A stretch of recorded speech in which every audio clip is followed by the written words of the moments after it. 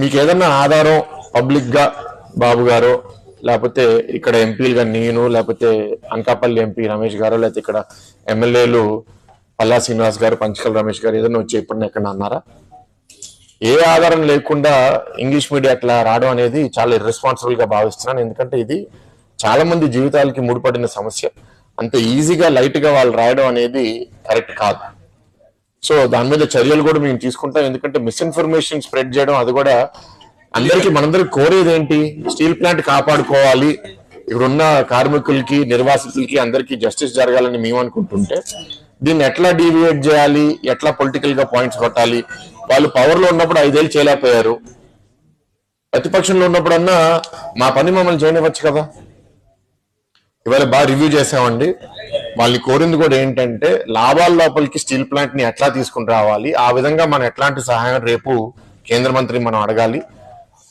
ఏదైతే సపోర్ట్ వాళ్ళు చేయగలిగితే మనకి వేరే వేరే సోర్సెస్, ఇందాక పల్లా గారు కూడా చెప్పారు, ఆ సోర్సెస్ నుంచి ఫండ్స్ అన్ని మనం తీసుకొచ్చి ప్రొడక్షన్ కెపాసిటీ పెంచుకోగలగాలి.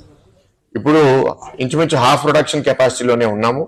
ఫుల్ కెపాసిటీకి వెళ్తేనే మనకి మంచి లాభాలు వస్తాయి, మనం ఈ అప్పు కూడా తీర్చుకోగలుగుతాము. అండ్ ఆ ప్రైవేటైజేషన్ డిస్కషనే ఆగిపోతుంది. అప్పుడు ఇక్కడ అన్ని సమస్యలు, జీతాల సమస్యలు అవనివ్వండి లేకపోతే నిర్వాసితుల సమస్యలు అన్ని మనం పరిష్కరించగలుగుతాం.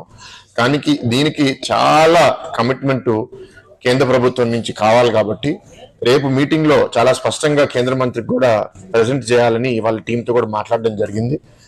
మనం రేపు ఈ సహాయం కేంద్ర ప్రభుత్వం ఇచ్చిన తర్వాత ఎట్లాంటి లాభాలు రాబోతున్నాయి, అప్పు ఎట్లా ఇవ్వబోతున్నాం అనే నమ్మకం మనం సృష్టించగలిగితే ఇంకా మనకి తొందరగా సహాయం వస్తుందని నేనైతే నమ్ముతున్నాను.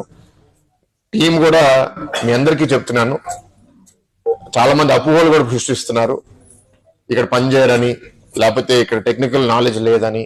అది మాత్రం మీటింగ్ లో నాకు అర్థమైంది ఏంటంటే అక్కడ ఉన్న కొందరు హెచ్ఓడీస్ కూడా చాలా కమిటెడ్ గా ఉన్నారు.